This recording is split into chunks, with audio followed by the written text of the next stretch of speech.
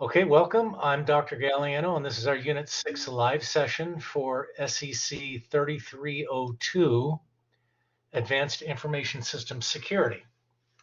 So I want to thank you all for joining, and I am going to advance the slides for you. There's a look at what we're going to cover this evening.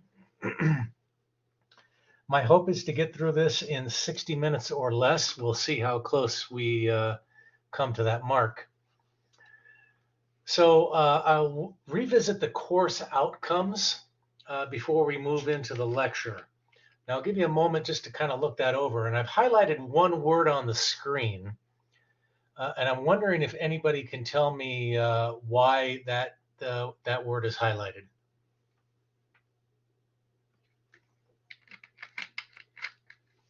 Anyone at all? You can put it in the chat or feel free to open your mic up and give me whatever you got there. Why do you think I've highlighted the word prepare?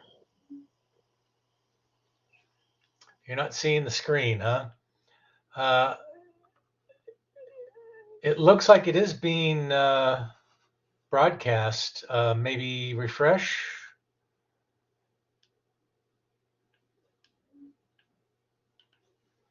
Okay. All right. Well, I'll take you out of your suspense here then. So, yeah, that's a good one, Tyler. So, the reason that I've highlighted that particular verb is because it's the only one up there that really speaks to doing something, right? So you're analyzing, but you're not really probably producing anything, right? You're examining, that's not really producing anything. Evaluating, again, not necessarily producing anything, and explaining, not really producing anything, right? But if you prepare a vulnerability assessment, now you're really doing something, right? So whenever you look at these course outcomes at CSU, pay attention to those leading verbs, and the ones that sound like you might be doing something, those are kind of the hands-on component that you should be taking away from the course. All right, let's move on to the review then. So we're going to try something a little bit different this time around, and here's what we're going to do. So typically what I'll do is I'll put together a lecture and I'll drone on for 40-45 minutes. Really super boring, not very interactive. And so what I thought we would do tonight is something maybe a little bit more fun, maybe a little bit more engaging. And I'll just ask, right off the bat, if anybody has heard of a CTF event before.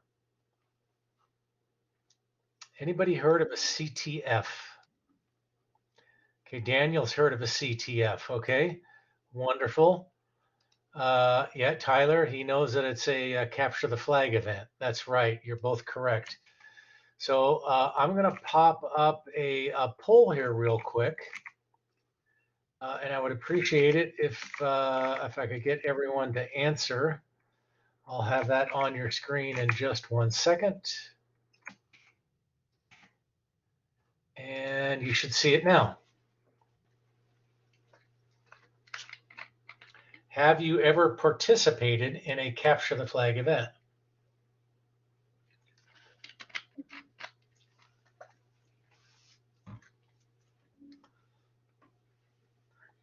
That's awesome. I got a couple of people still that need to vote. I'll leave it open for another second or two. You should see a poll on your screen. If you could go ahead and select one of the responses from the poll, that would be great.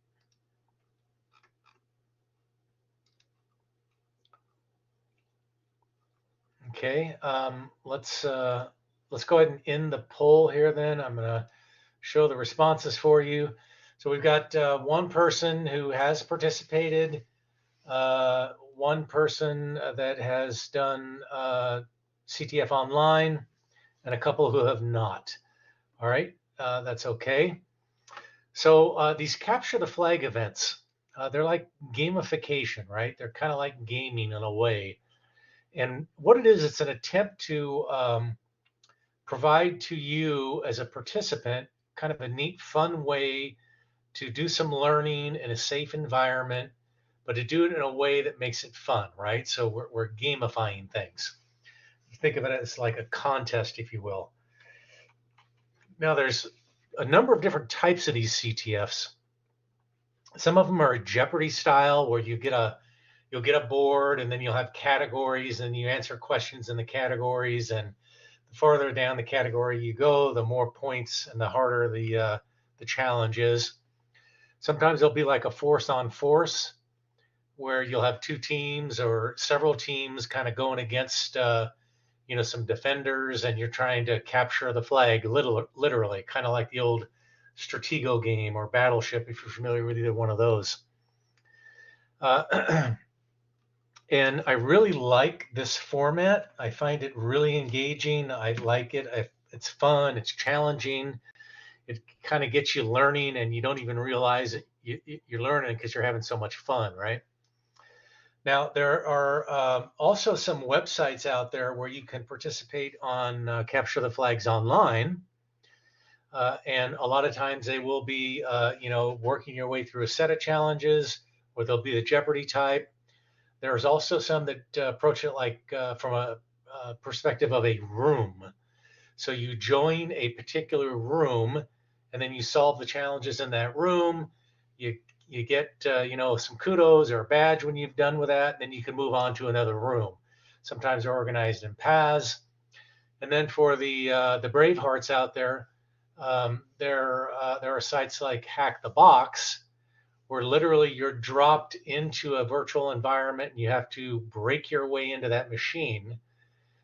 You capture the flag, and then you submit the flag to prove that you actually, did the challenge. And those are quite fun as well, right? So I'm going to introduce you this evening to something called Try Hack Me. And what I want to do with that is, before we go to that site, I want to show you a graphic here. Now, you're going to see this graphic on the left here as we work our way through the challenge. But I wanted to go through it a little bit slower and give you a chance to absorb it, right? So one of the things I like to do, as a defender, is I always try to frame the challenge that I'm presented with, or the problem that I'm trying to solve, in the context of the OSI, the Open Systems Interconnect model. Now, you'll know that as the 7-layer model. Some people think of it as please do not throw sausage pizza away. Some tend to think of it as all people seem to need data processing, right? So there's multiple mnemonics out there you can use to memorize this thing. But since one of the things that this course covers is firewalls, I wanted to present to you the OSI model, and then overlay on that model how that relates to the various types of firewalls that you were exposed to in this course. And I think you'll find that helpful in kind of wrapping your head around all of the different types of firewalls, right? So what we're talking about here is not necessarily, software or hardware firewalls. We're thinking more of the hardware-based firewalls in this graphic here, right? So in this OSI model, the 4 general types of firewalls that you're going to be exposed to are MAC filtering firewalls, packet filtering firewalls, what we call circuit gateway firewalls, and then application layer firewalls. Now, what do those do? Well, starting at the lowest layer, layer 2, we know that layer 2 is where Ethernet resides, and address resolution protocol, it's where the MAC address gets assigned. It's where switches operate, and switches talk in MAC addresses, right? And so it shouldn't be a surprise then that a MAC filtering firewall does its filtering by checking the unique MAC address that the device presents to the network. All right. Now, as we move up to layer 3, where routers reside, and we know that routers deal in IP addresses, right? And so what a packet filtering firewall does is it filters against the 5-tuple. Now, if you've not heard that term 5-tuple before, that refers to the source and a source IP address and source port, destination IP address and destination port, and then the protocol in use. Those are the 5 tuples. And so you would write firewall rules, sometimes known as ACLs or access control lists, that say any outbound SSH originating from this IP address and this port that is outbound using the SSH protocol for this destination IP address and the specific port 22, we're going to let that pass through the firewall. If it's not port 22 for the destination, then drop the packet. Don't pass it at all. If it's not SSH, drop the packet. Don't pass it at all. And so those are access control lists, and that's packet filtering. As we move up to the transport layer, though, now these circuit gateway firewalls, they focus on the sessions, right? So all of the communications in an entire session, and the firewall will look at the header. Now, depending on the protocol, that header is going to look a little different. If we were talking about an IP protocol packet, we're talking about a 20-byte header that's very specific, and each of those bytes are grouped into several bytes, and those bytes are used for specific things, including source and destination IP, source and destination port, and so on. And so that will look at the TCP and UDP headers, and that will make the decision on whether to pass or not pass those packets. And then once we get into the upper layers, 5, 6, and 7, now we're talking about application layer protocols. These are very complex devices. They often do, searching every packet to determine the traffic, the content, and they perform deep packet inspection on every single packet traversing that network. Now, as you might surmise, that requires quite a bit of horsepower, right? These things have to be able to process a lot of bandwidth, typically 1.5 times the bandwidth that your network is rated at. And they must do it very, very quickly. So they have to have a lot of memory, a lot of CPU processing power in order to keep up with that demand. And we tend to focus on the application layer protocols. So we'll look at SSL and TLS. And at the application layer, we'll look at HTTP, FTP, SMTP, POP3, IMAP, all of those protocols, right? And again, these are going to be your most advanced firewalls. Sometimes you'll hear them referred to as next generation firewalls, and so on. So that's kind of how the different types of firewalls relate to this 7-layer model and what those different firewalls are focused on. All right. Okay, with that, then we can press on. So I'll go back one here, I guess. So we're going to go to the firewalls room. Now, to do that, I'm going to go ahead and stop this share, and I'm going to do a new share. So I need to get over to my browser. And let's see here. I got to get to the right window. And looks like I want this window here. So you should see that load in soon. So I'm going to go to www.tryhackme.com.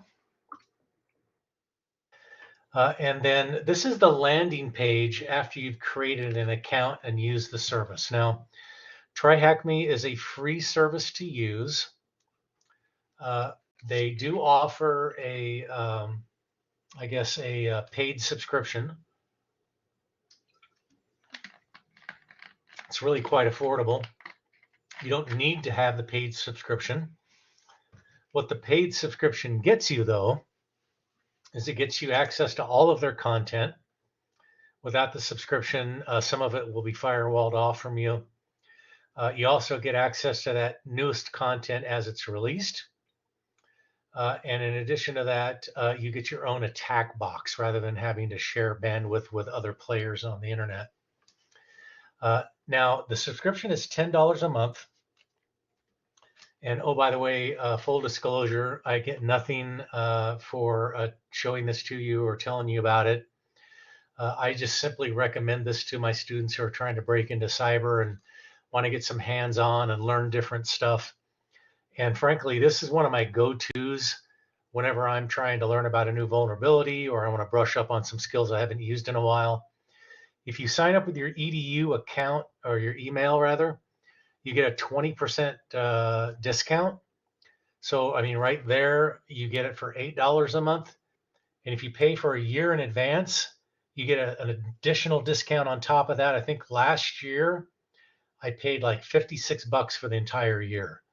So, you know, we're talking about, you know, the price of a single latte at Starbucks, right?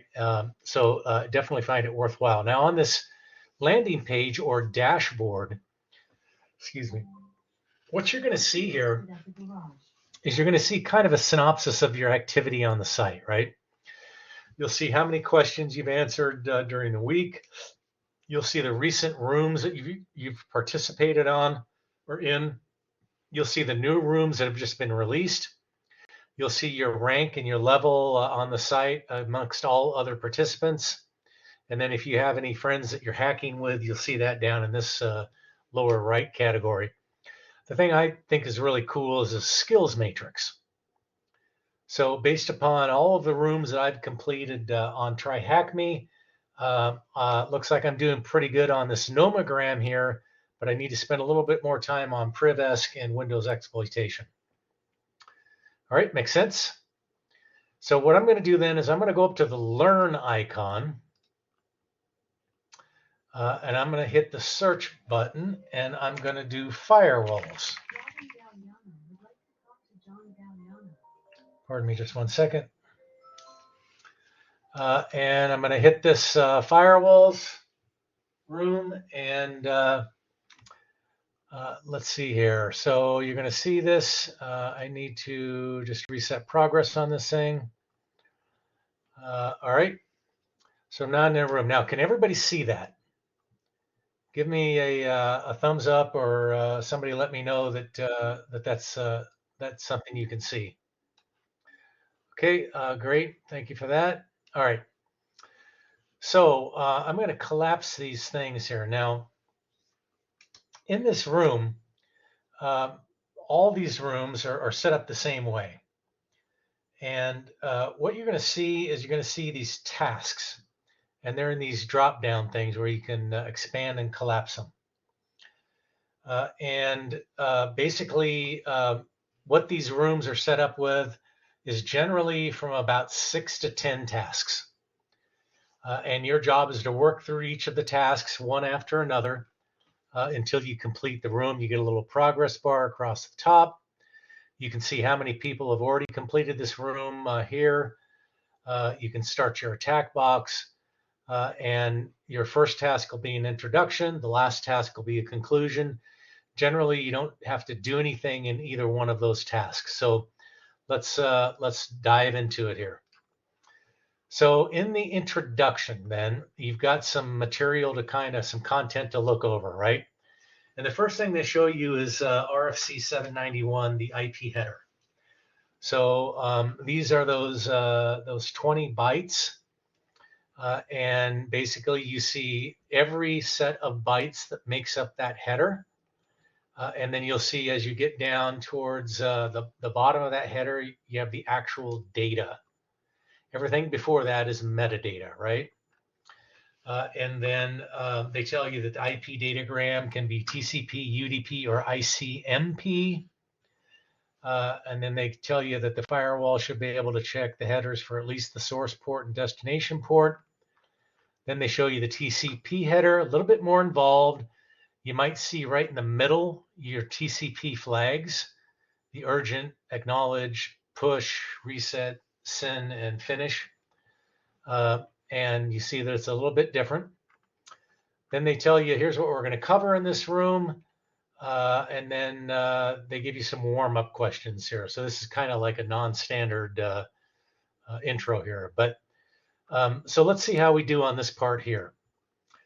So this first one says, if you want to block Telnet, which TCP port would you deny? Somebody want to tell me what that is? If you have a guess or know it already, feel free to put it in the chat, or you can just call it out, whatever you're more comfortable with. Also, when you look at answer block, see how it says answer format ***? Well, we're looking for 2 characters there. Now the question says port number, so probably 2 numbers, right? I'll go ahead and answer this one. So Telnet is on port 23. I click the submit button and I get whoop, whoop, your answer is correct. Now, if I had needed it, I could have hit this hint button and it would have told me here some information. And then generally it gives you a URL you can check out. Now, how about HTTPS? Anybody know that one?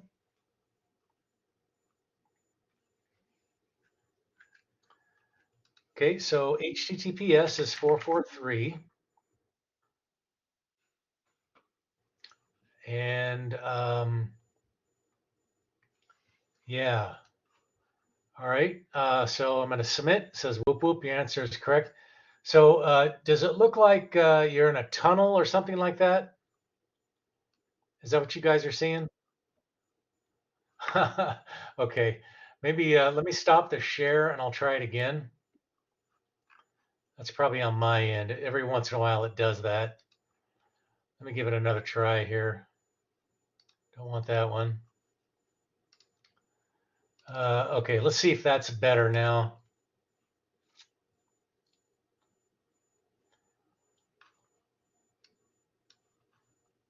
Okay, is that better? Okay, perfect. All right, so then on to the next question. What about HTTP? Now it is saying it's given us an additional clue here, sometimes described as HTTP alternate. So we're not looking for port 80, plus we see that it has 4 numbers. Anybody want to take a guess on that one?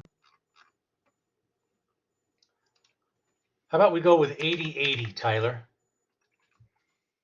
Whoop, whoop, your answer is correct.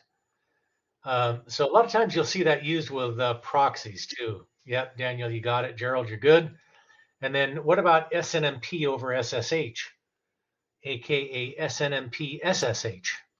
Which port would be permitted? You want to try that one? That's a tougher one. Yeah, regular SSH would be 22, but that's only 2 numbers. How about SNMP? Anybody know what the port is for SNMP? So that port is 161. So let's try 5161. Whoop, whoop, your answer is correct. Okay, so that was a little deductive reasoning there. Now I'm going to put a site in the chat, and I'm going to provide that there for you so that you have it. Now, if you visit that site and you put in SNMP SSH, all one word, you should come back with 5161. All right, so congratulations, you finished your first task in the room. So let's go on to task 2, types of firewalls. Now you got a little leg up because we covered that graphic some moments ago. But they kind of start off with, hey, you know, the broad types are hardware and software. So generally, when we think of hardware, we think of things like you did in your journal for Unit 4, where you looked at different types of hardware-based firewalls that you'd rack in a server room.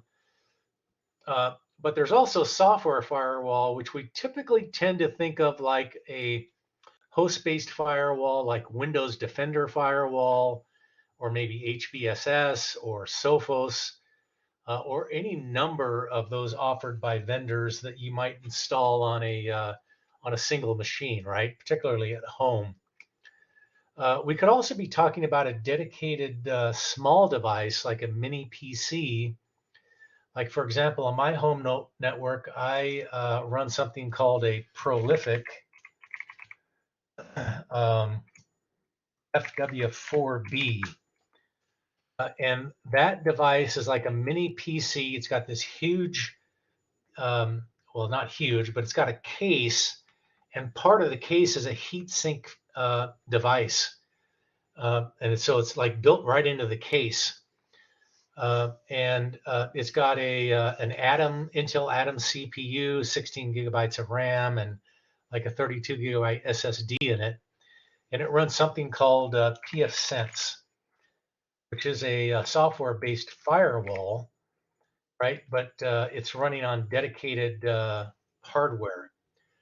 And so that thing sits between my DMARC, where the FiOS comes into my garage, and my cable modem. And that device acts as an application layer firewall. Yeah, so I can control all of the traffic in and out of the network.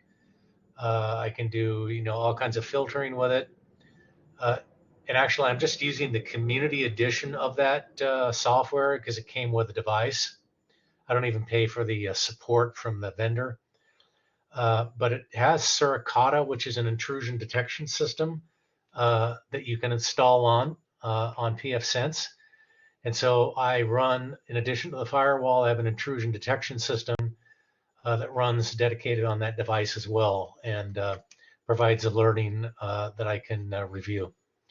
Yeah, it's real handy. All right, so also tells us about personal firewalls, commercial firewalls. And then there's that graphic that I showed you on screen a little bit ago. There's the basic types of firewalls. Now they add in the cloud firewall. I tend to think of this more as the FWaaS, firewall as a service. So you could, you know, deploy pfSense on a virtual machine or dedicated virtual appliance in the cloud on AWS, GCP, Oracle Cloud Infrastructure, Azure, any of those, right? And you could run your firewall in the cloud, route your traffic through that firewall in the cloud, and then send it to you know, your local network. Certainly an option. You know, probably not the most cost-effective one unless you can get some kind of a bundled deal. The advantage of some of those cloud-based services, though, you see it in this last sentence, is you might get web application firewall protection. So a dedicated firewall just for web traffic, which is becoming increasingly important. And then at least on AWS, I don't know about the other vendors. I would think Azure at least will offer some measure of DDoS protection. So if you were to become a victim of DDoS attack, you know, AWS would have your back to some extent, right? All right, so then we've got a couple of complex answers here. Notice how long they are, but we can see that they're comprised of 2 words. And so what would you think would be the most basic type of firewall then?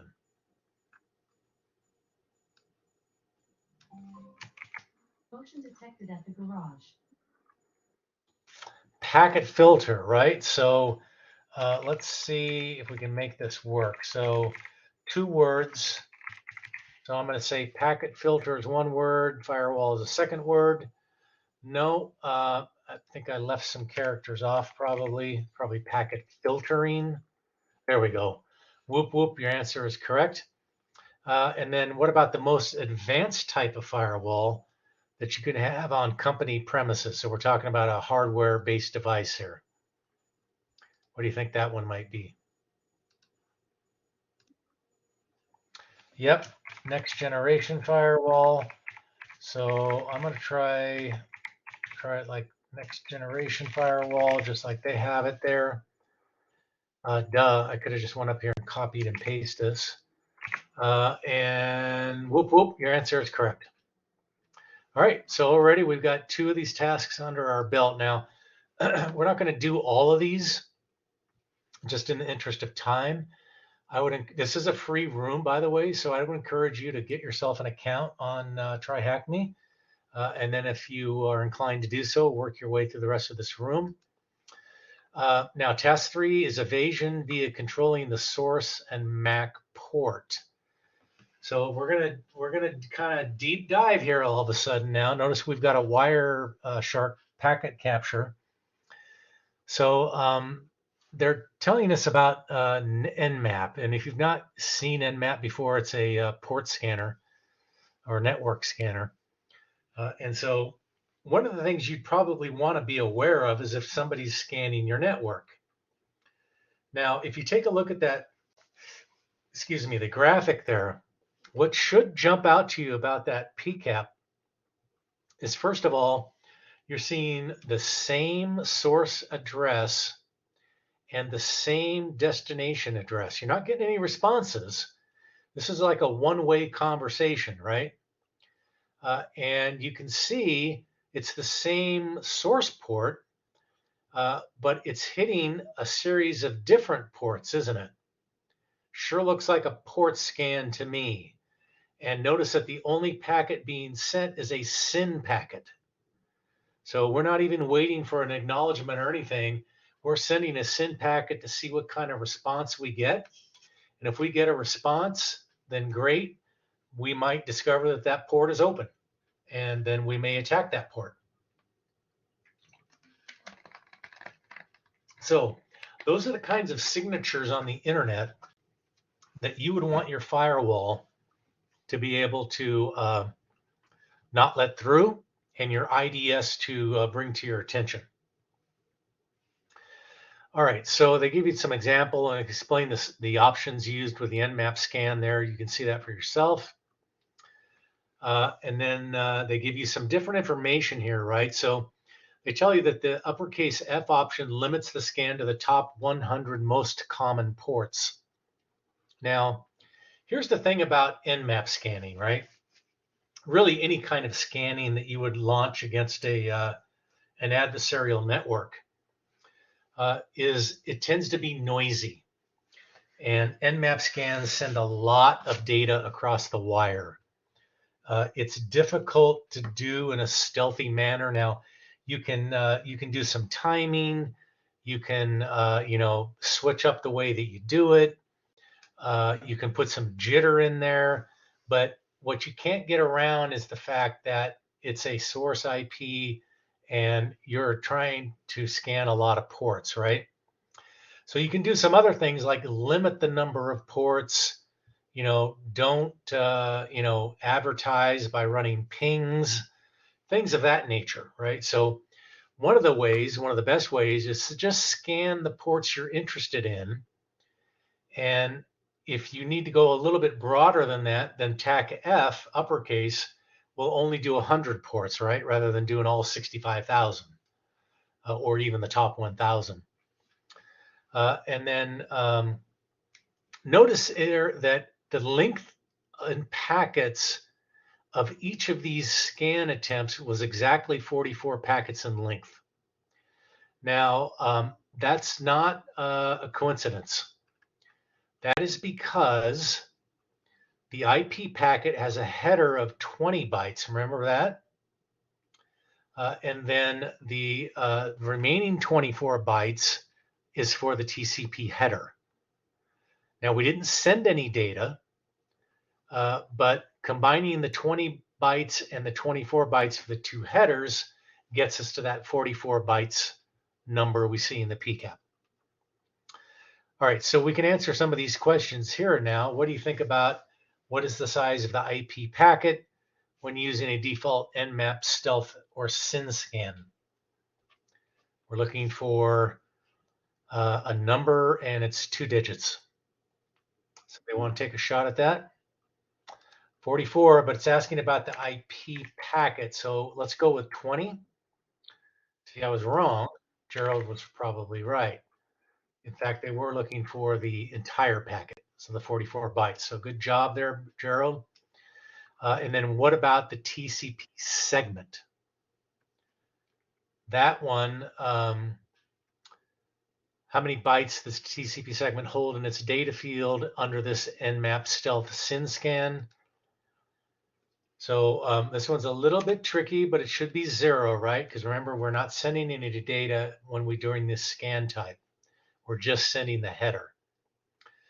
And then if we use the scan that you see here, Nmap TAC SS, TAC F, and then the IP, to the nearest 100, how many packets do you expect Nmap to send when running the command? Now I'm going to go ahead and show you guys the hint on this one. So we know that F does the 100 most common ports. Each port is expected to get 2 SYN packets. So we should submit an answer of 200, right? There you go, Daniel. Whoop, whoop, your answer is correct. Then you've got some more here. They tell you about decoys. So the uppercase D here and D and this IP address is we're spoofing an IP address to that target machine. So we're making the target machine believe that the source IP is something other than it is. Comes in very handy. So that's a good one to know. And then, so on this kind of a scan, what would we expect the number of packets to be? Certainly it needs to be more than 200, right? So here we're still doing 100, but we're doing uppercase D. So let's go with 300 then. Somebody said 400. Okay, let's go with 400. It's still not correct. So let's drop back and think about this one for a minute. So I think we've done our math incorrect here. So we also use the PN here. I think we need to double this effectively. There we go. So whoop, whoop, your answer is correct. All right, and then what do you expect the target to see is the source of the scan? Now let's go back and look at the PCAP. What do you think the source would be? I guess we need to look at this one actually. So based upon this string here, what should the source be? Obviously, we're looking at this mask here. We need to see an IP address, right? So let's pop in what's in that scan. And we'll go 1337. Oh, nice try, Hack Me. 1337, the universal leet speak for a hacker. All right, so we got that one, and then they talk about spoofing MAC addresses and IP addresses. So you can use this TAC spoof TAC MAC and supply a 48-bit MAC address of your choosing, and make the target machine think that it's getting something from a MAC address that is not your MAC address. Now, this one is asking us to identify a part of the MAC address. Now, if you don't know this, every MAC address is a 48-bit address, and it uses hex. The separators are the colons, right? So you have 2 groups of 6 hex codes. The first half is what's known as the vendor, or the organizationally unique identifier. The second half, is the identifier that the vendor has assigned to their product. It's also known as the burned in address. So for example, your network card on your machine has a burned-in MAC address that is a 48-bit value that is a combination of the vendor, the manufacturer of that NIC, the network interface card, and the address they signed to that model of their network interface card. So the way you do this is you can actually do it in Wireshark, you can do it in CyberChef, so on. But if you went to a site on the internet and looked this up, then you would pop this in here, and then it would come back and it would give you the vendor name for that unique MAC address. And that particular one, if memory serves me, is Fujitsu General Limited. I think that's what it was. Yep. Whoop, whoop. Your answer is correct. It could be Cisco. It could be Linksys. It could be Juniper. Lots of people make network interface cards, right? So that's how you would use that. Spoofed IP address. We kind of talked about that already, so I'm going to skip over that. And then it gives you some other evasion techniques you can do here. And then I think we're going to stop there. And I want to switch over and I want to show you guys something a little bit different. All right, so give me a second here to swap screens. So I'm going to cancel that share. And then I'm going to open up my Kali Linux machine. So give me a second just to fire that baby up. So I've got an ESXi host on-prem in my house, and I just connect to that as I need to. Give me a second to do that. And looks like I need to boot Kali up. Now I've got that going. I can switch over to that. You'll see that load into your screen here momentarily.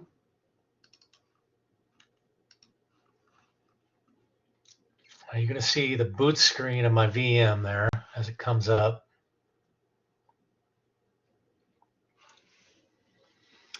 So what I'm going to show you is how simple it is to spoof an IP address. So there's no real rocket science to this.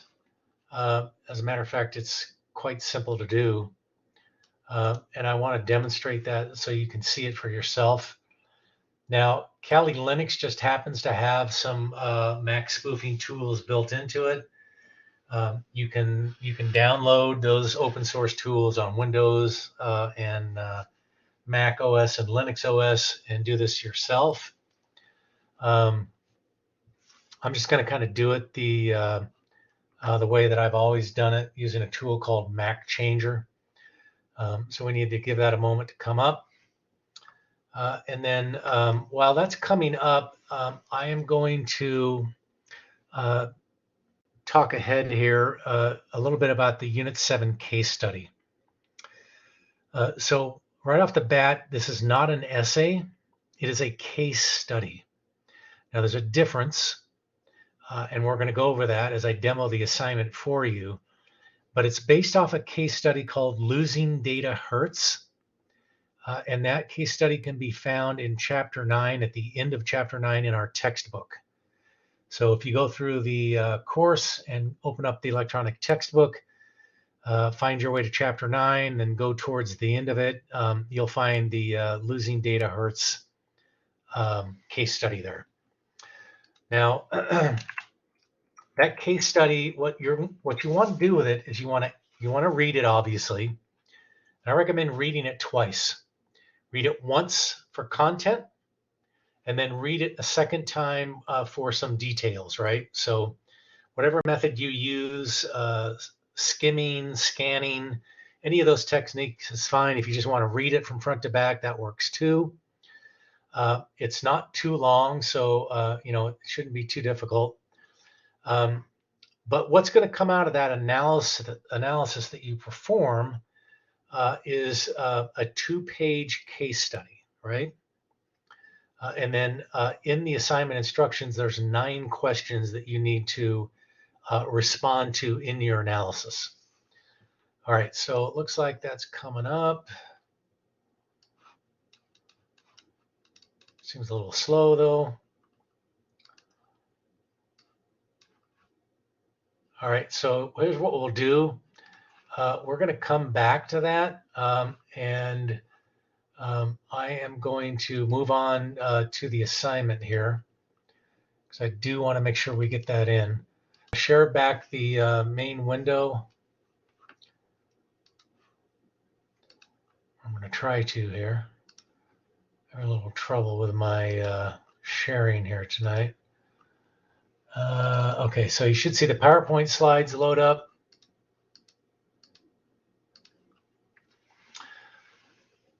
All right, so what you should do is follow my 5-step method, right?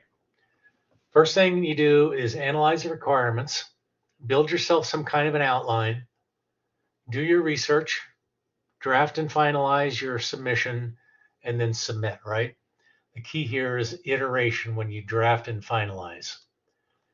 Then understand how I'm going to grade you, right? Now, my grading, if you haven't figured it out yet, is very black and white.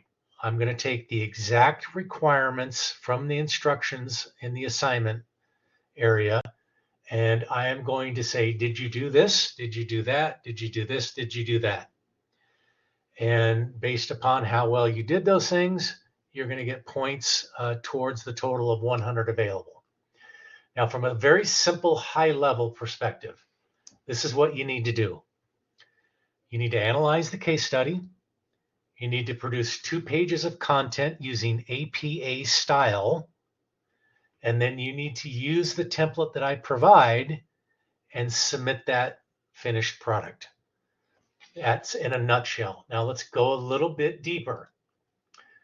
Now, the instructions tell you to answer these 9 questions. All I've done here is I've put them side by side, and I've grouped them into 3 areas that if I were completing this assignment myself, this is how I would group the content into 3 main points. My first main point, I'm probably going to call something about data loss. My second main point, I'm going to talk about the threat. My final main point is going to be tools and maybe a recommendation or solution. You know, you come up with your own titles or use the ones I've suggested, but just understand all I'm doing here is I'm making an outline, right? So I'm going to do an introduction. I'm going to have 3 main points. I'm going to do a conclusion, right? So in that regard, it's much like the format you're going to use for an essay. The only difference here is that you're not going to take a position, a topic and a position. You're going to analyze somebody else's case study. All right, so let's move on then. Now, I like to break it down like this. No matter what you're doing, essay, pitch deck, case study, lab report, you are going to tell them what you intend to tell them. You're going to tell them, and then you're going to tell them what you told them, right? It's a very simple formula. It subscribes to the beauty of 3s that the ancient Greeks and Romans discovered, and it works very well. Now, how does that look? Well, in your introduction, now this is tailored towards an essay, right? You can have a hook if you'd like to. I would encourage it. You're not going to have a thesis though, right? Instead, you're going to have, it's going to look a little different. I'll get to that. And then you're going to either have a transition into your first main point, or you're going to use subtitles. Now, I'm here to tell you, it's really difficult to go wrong with subtitles. Subtitles are great for you. They're great for your reader. They communicate the structure of your paper without you having to do it. And they work out very well in that regard. Then you're going to have your main points in the body. And then you're going to have your conclusion, right? Now, how does that look? Oh, and then you're going to have, since it's APA style, your bookends, an APA title page and an APA references page. Now, how does that look for this assignment? This is how it looks. You're going to have a title page. You're going to write a short executive summary. You're going to have an introduction. You're going to have a transition, either a statement or a subtitle. Then those are the three things that I said I would break the content, the 9 questions into. Data loss, the rising threat, prevention and policies. It doesn't really matter as long as it jives with the questions, right? Come up with your own if you don't like these. And then your conclusion is going to be some kind of a solution review, right? A recommendation or the tools and policies and your reference listing. That is all there is to it. Now, let's see if we can get back to our Kali Linux box. Do want to show that. Okay, it looks like it finally came up. So let me get that window back up. And when that loads in, you should see my Kali login screen. Butamus. Okay, so I'm logging into my VM that's on my ESXi server. And once this bad boy comes up, I'll show you how to spoof your MAC address. Okay, so how many of you before have run the command ipconfig on a Windows machine or ifconfig on a Linux or a Mac? Has anybody done that before? Okay, most have. It's one of those basic troubleshooting things. So let me fire up a terminal here. Okay, there we go, finally. Sorry about that. I didn't realize I'd shut this down. I thought I had just suspended it. Would have come up a little bit quicker had I done that. Come on. All right, there we go, finally. Probably got 10 of them, yeah. All right, there we go. Like somebody who's printing things, right? I got five terminals there, okay. All right, so I'm on Linux, Unix, so I'm going to use ifconfig, right? Now, I like to get rid of some of the noise here. So if you remember what that output of the command ifconfig or ipconfig looks like, there's a line in there that starts with ether. So I'm just going to pipe the output of ipconfig. I'm going to pipe that to the grep command. And I'm going to say, grep, show me anything that matches ether.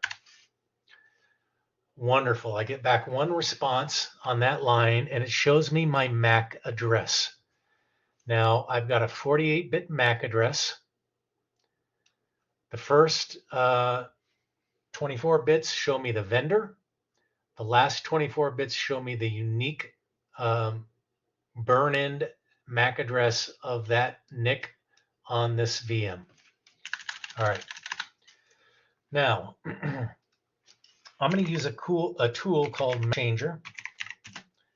And, whenever we run a tool on Kali, we always do TAC H to see what's available to us, right? So this is the GNU Mac Changer. You just saw me execute the H option. I can also version. I can do show. You can do different things. So let's try show here. All right, sorry, I forgot to add the interface in there. So Ethernet 0.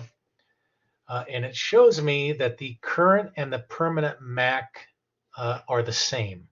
Now it goes ahead and it does the OUI lookup for me. So 000C29 is the vendor unique OUI assigned to VMware, right? Makes sense since this is a virtual machine we're on, right? Now I want to do something a little bit different here though. This time I'm going to use TAC-R, now referring to the help up here. So I'm going to set a fully random MAC. I could also do TAC random for the long form. Again, I'm going to do ETH0. And, oops, sorry about that. Needed to elevate. Sudo bang bang. And it comes back and tells me, here's what you started with. Here's the permanent. And now here's the new MAC address assigned to this network interface card. So I just changed my MAC address that quickly and that easily. I could script that upon login and just have a random MAC address every time that I log on to the machine. All right. That's just one way to do it. Now, I want to show you something else too. So there's also something called Who Am I? I'm sorry, who is? No, that's not it. I'm sorry. Long day today. So I'm going to do Kali Who Am I? And this is a little utility. Caught me on the elevation again. And it says I need to have an argument. So let's go with help. And it says I can start, I can stop, I can see the status. So let's try status here. There's a method to my madness. So if I run Kali Who Am I can do not only change my MAC, I can spoof my DNS, my IP. I can give myself a modicum of protection against a man-in-the-middle attack. I can change my time zone, change my host name, and then I can do some things at layer 7 to anonymize my browser footprint. Now, these are all things that might come in handy in an adversarial engagement in which you don't want to give away your position or identity, right? So just a couple of different ways that you could do some MAC changing, right? You could use the MAC changer utility, or you could go into full-blown Kali Who Am I? All right, so that's all that I had there that I wanted to show you. I am going to now get back to the slideshow, and we are almost done. In fact, you should see my conclusion screen pop up here. I want to thank you for your attention this evening, but I do want to provide some time for any questions that you might have.